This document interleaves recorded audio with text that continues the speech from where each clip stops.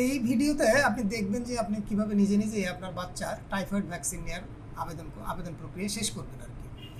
তো এটা আবেদন করার জন্য আপনার টাইফয়েড ভ্যাকসিনের যে মেইন ওয়েবসাইটের আবেদনের লিঙ্কটা ভিডিও ডিসক্রিপশনে থাকবে, এখান থেকে ক্লিক করে আপনারা বাসায় বসে থেকেই করতে পারবেন।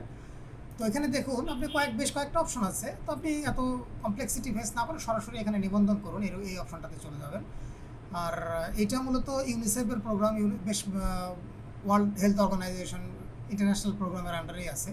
তো আমরা নিবন্ধন প্রক্রিয়াটা শেষ করি। তো শুরুতে নিবন্ধন করার জন্য আপনার যেটা লাগতেছে সেটা হচ্ছে জন্ম তারিখ। তো আপনার বাচ্চার জন্ম তারিখটা এখানে আপনি দিয়ে দিবেন, যার যার বাচ্চার যে তারিখটা আছে দিয়ে দিবেন, যে নাম্বার আর কি সেই নাম্বারটি আপনি দিবেন। আর এখানে আপনি লিঙ্গ সিলেক্ট করে দিবেন, নারী পুরুষ যে কোনো একটি। আর 17 ক্যারেক্টার এটা মাস্ট আপনাকে দিয়ে থাকে। যদি এটি নিবন্ধন না হয়ে থাকে তাহলে এখানে আপনাকে দেখাবে। আমার অলরেডি করা আছে তাই আমি দিলাম না। তো আমি সরাসরি এখানে লগ ইনে চলে যাবো আর কি। এটা জাস্ট লগ ইনে যাওয়ার পরে আপনি নিবন্ধন কীভাবে করবেন সেই প্রক্রিয়াটা আমি দেখাই দিচ্ছি। তো লগ ইন করার ক্ষেত্রেও আপনাকে এটা পুনরায় ভেরিফাই করবে, যার জন্য এটা আমাকে দিতেই হচ্ছে একবার আর কি।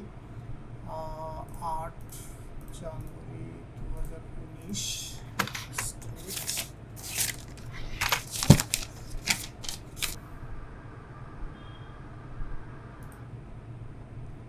আচ্ছা, লগ ইন করার পরে দেখেন আপনি এখানে আপনার সন্তানের নাম দেখতে পারবেন, জন্ম তারিখ, তারপরে মোবাইল নাম্বার, ব্যবহৃত যেগুলো জন্ম সনদ সব কিছুই পাবেন আর কি।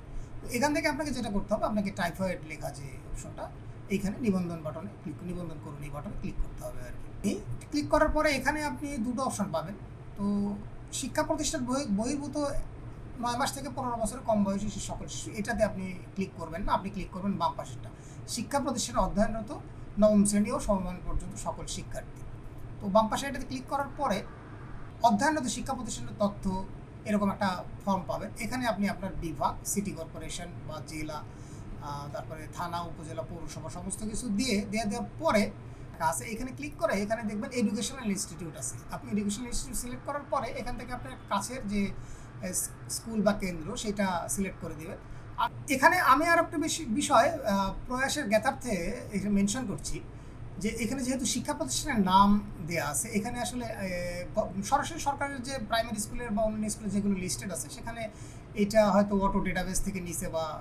তো আমি আসলে যেটা বলতে চাচ্ছি, আমি আমাদের প্রয়াসের বাচ্চাদের যেহেতু তারা স্পেশাল চাইল্ড, তাদের এই ফ্যাসিলিটিসগুলো স্কুল থেকে দেয়াই আমি বেটার মনে করি আর কি। তো এখানে প্রয়াসকে যদি লিস্টেড করা যেত তাহলে আমার মনে হয় খুবই ভালো হতো আর কি। যেহেতু এটা আপনার ইউনিসেফ বা ওয়ার্ল্ড হেলথ অর্গানাইজেশন এই ধরনের অর্গানাইজেশন থেকে পরিচালিত, সুতরাং প্রয়াস কেন লিস্টেড হবে না আর কি, এটা আসলে মেনশন করার ছিল। তো বাকি প্রসেসটা আমি দেখাই দিচ্ছি আপনারা।